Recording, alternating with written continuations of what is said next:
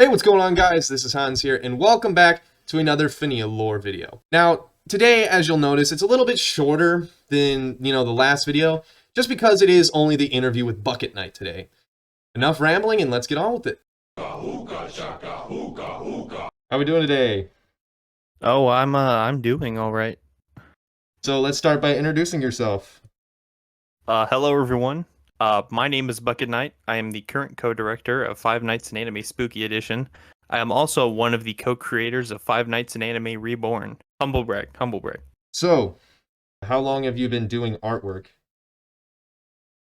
For me, started when I was a wee lad. I saw Five Nights at Freddy's uploaded by Markiplier, and I was like, "Yo, that's sick." So yeah, I mean, I've always been of there in the FNAF community. I'm not sure if you're ever familiar with the artist formerly known as Rebornica. But they were the one who was very popular back in 2015 to 2016. They did like a FNAF AU comic strip thing that they put on their Tumblr. It was pretty big. I was a part of that friend group. What got you into Fnia specifically? I was there when it came out originally, and of course I thought it was really stupid, and it is, but it's stupid in like a fun way, right? Like it's a dumb parody, and it was just kind of that. I mean, of course there was like a little community built around it. I wasn't a part of it back then. I was busy focusing on more FNAF.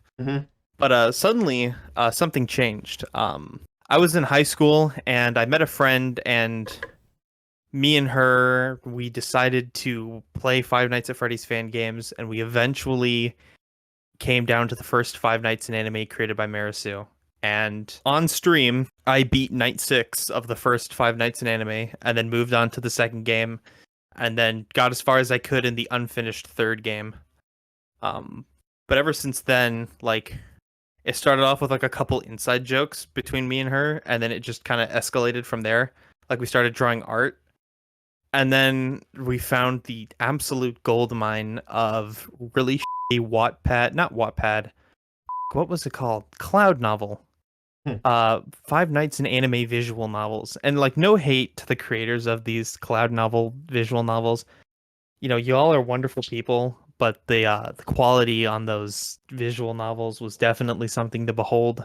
There was one in particular that was the dialogue in it was so funny that I would go on stream, I'd get my friend and she would get her friends, and we would get in a voice call together, and we would live dub the visual novel for the first time. Like, I would just be going through it for the first time, and then all like me and my friends, we just be the voices of specific characters, and we try to like live dub it.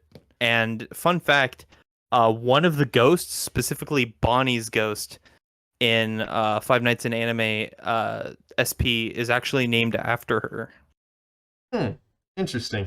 Anyways, after the Cloud novel, I was really getting into my own. Eventually, I crossed paths with now very close friend of mine. His name was Sassy. You might know him as SassyEX. He is the main creator of Five Nights in Anime Reborn, and I met him on his Discord server. I ended up pitching him some ideas. I drew a bunch of stuff for him, and then eventually what happened is that he needed a bunch of human characters for Reborn, and that was when I gave him the initial drawings of Shara, who is the Night Guard character in Five Nights in Anime Reborn. So how was it working with Sassy and putting this project together, and how long did it take altogether to make Reborn? Reborn was in a bit of a bad state when I joined. There wasn't really much going on. Once I joined onto the project, I wouldn't say bullied Sassy in his DMs, but that's kind of what I did.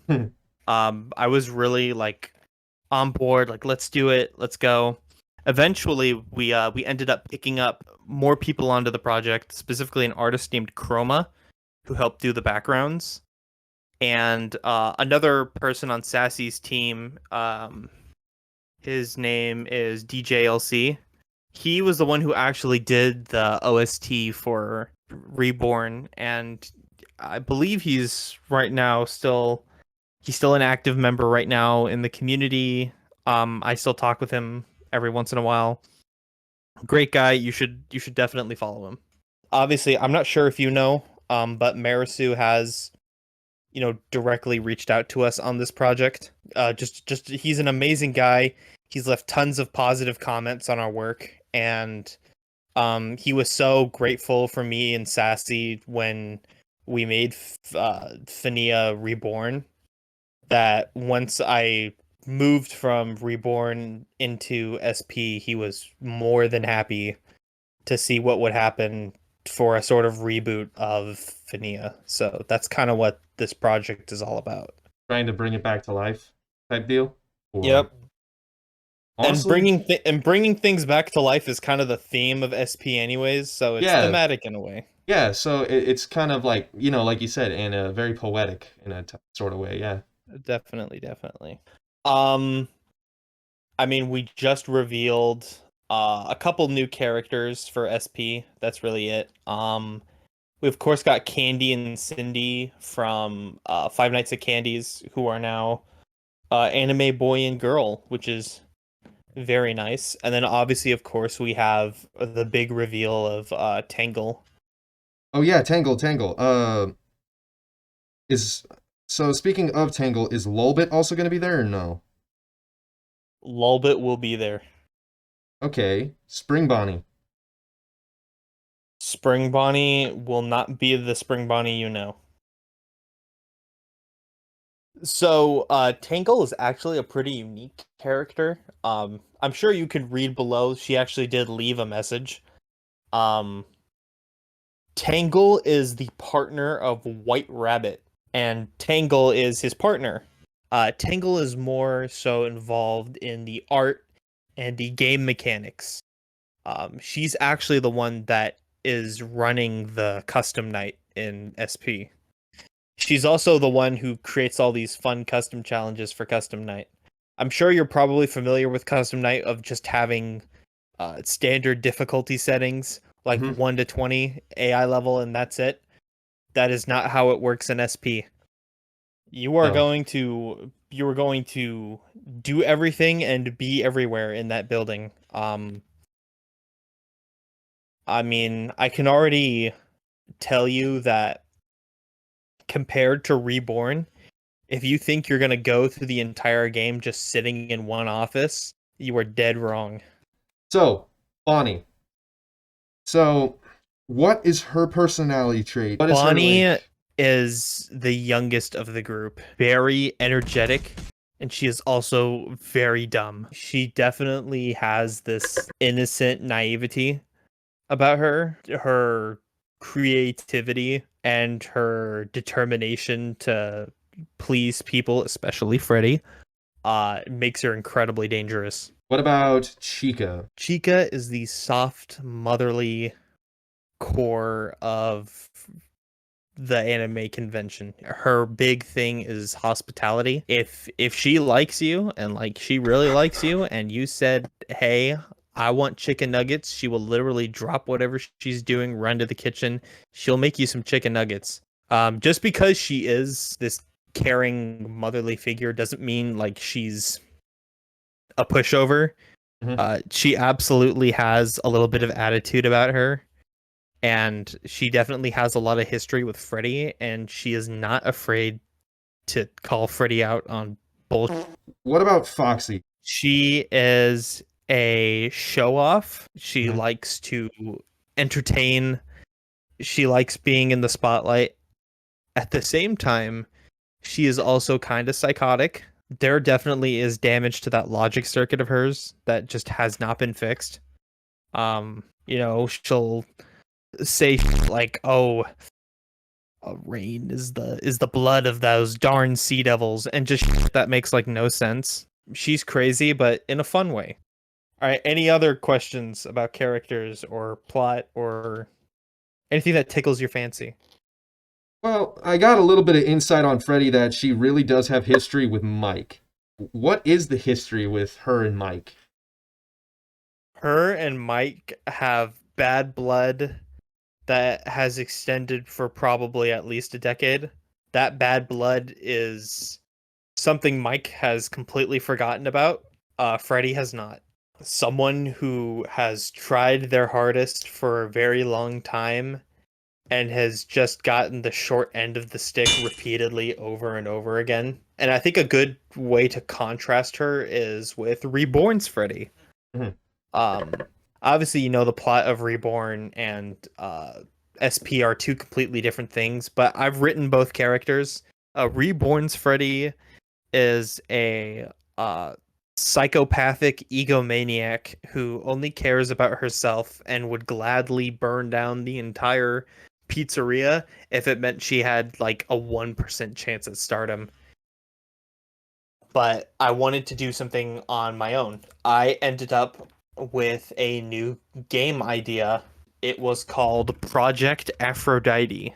There was a working prototype, and there was a bunch of maps made for it in Source 2 in the Hammer editor. But yeah, that game ultimately just fell through, and I thought like I'd be done with game development. But eventually, I got in contact with Bear, and we hit it off, and you know now I don't regret any of it. But it's been fun doing stuff for SP. SP's development really kind of accelerated once I joined, and I promise you I'm not humble bragging. You can confirm this with Bear. We even did a little collaboration with a YouTuber named MENTLE. Who, by the way, you should also follow. Yeah, we did some cute little art of them and Foxy and then their Floppy. They're amazing. You should go subscribe to them and be on the lookout when they start animating with our models. And then we also did another collaboration with MonsterBox Studios and their project called In Heat, which is a very NSFW. But hey, we have some wholesome artwork out of it. Yeah, nice. Yeah, and like the second I saw In Heat, I'm like, oh, shit, now I gotta check it out. I looked at it and I was like, well, considering the name of the game, I don't think it's gonna be really safe to show on YouTube. So, and I was kind of correct in my assumption, but like edit like that dancing baby gif like over their chest when you put them on screen. So Mrs. Shadow, correct? She is correct. The secretary for Purgatory, correct? She is a secretary of hell. Hell, yes. Like HE double hockey sticks hell. She is a secretary of an organization known as the Board. Mm-hmm. And she has been assigned to a Reaper who accepted a contract from them. In SP, hell is a very corporate environment. That information is redacted, but I will tell you this. All of the murders were not random accidents. They weren't the cause of someone just being in the wrong place at the wrong time. Everyone was premeditated. Mr. Gold is Fredbear, right? He is our stand-in for Fredbear, yes. What's the timeline again? Because the timeline starts off with that horrible accident mentioned at the beginning of the comic, and our first comic. 20 to 30 years later, that's when the events of SP start to kick in. And I should actually mention where SP takes place. Yeah. So SP actually takes place in Kyoto, Japan. So both all the staff and the animatronics are bilingual. They speak fluent English and Japanese. I understand. That's why I have this list of fun Faz facts. All right, shoot. Go ahead. All right. So fun Faz fact number 1.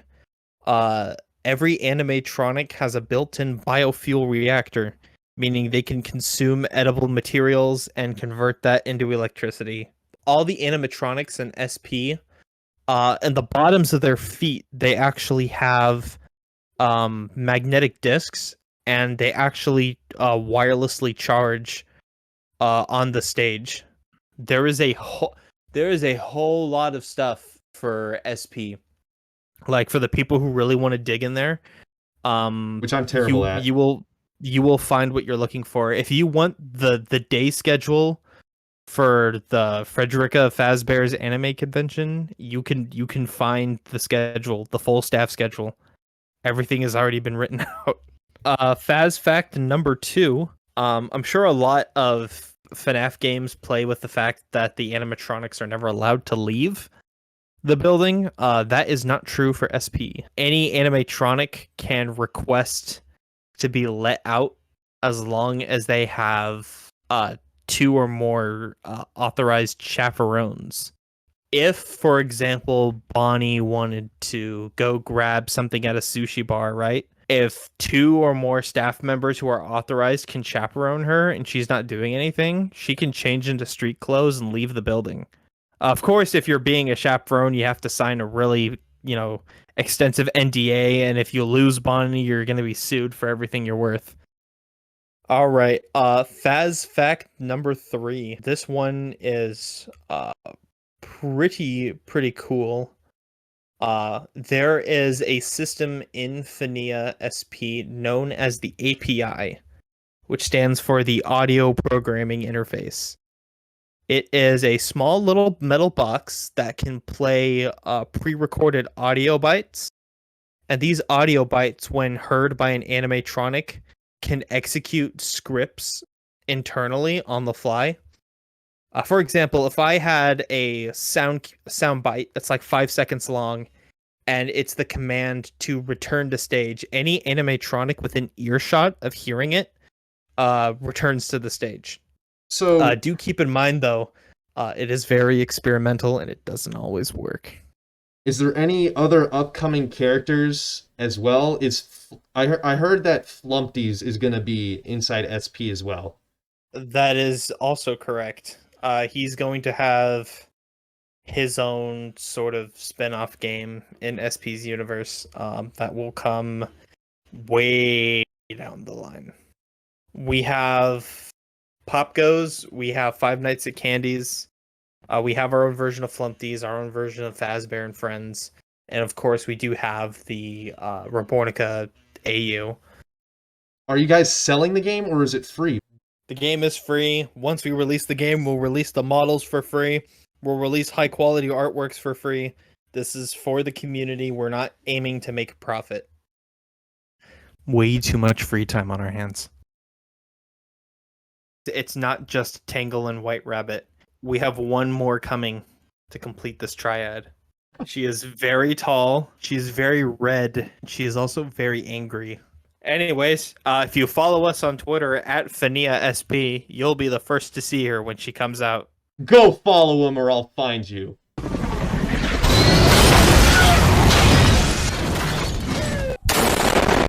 Well, thank you so much for having me on. This has been an amazing interview. Thank you guys so much for watching today's video. I really hope that you enjoyed it as much as I had editing it and making it. And a huge thank you again for agreeing to do this, and I really don't know what else to say except I'll see you guys in the next one. Peace out. I was just about to say that the Foxy one looks like a dude too. Yeah, Foxy has a dude in there. Weird choice of wording there. Yeah. Yeah.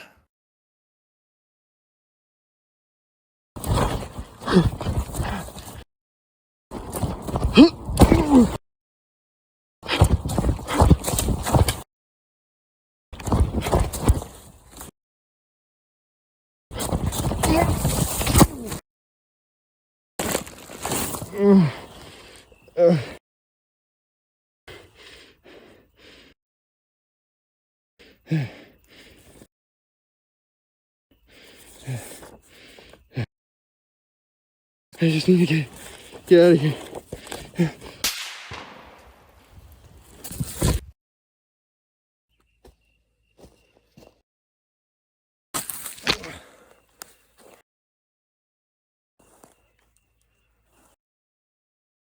Documents secure. Let's wrap it up. Can't forget about this thing.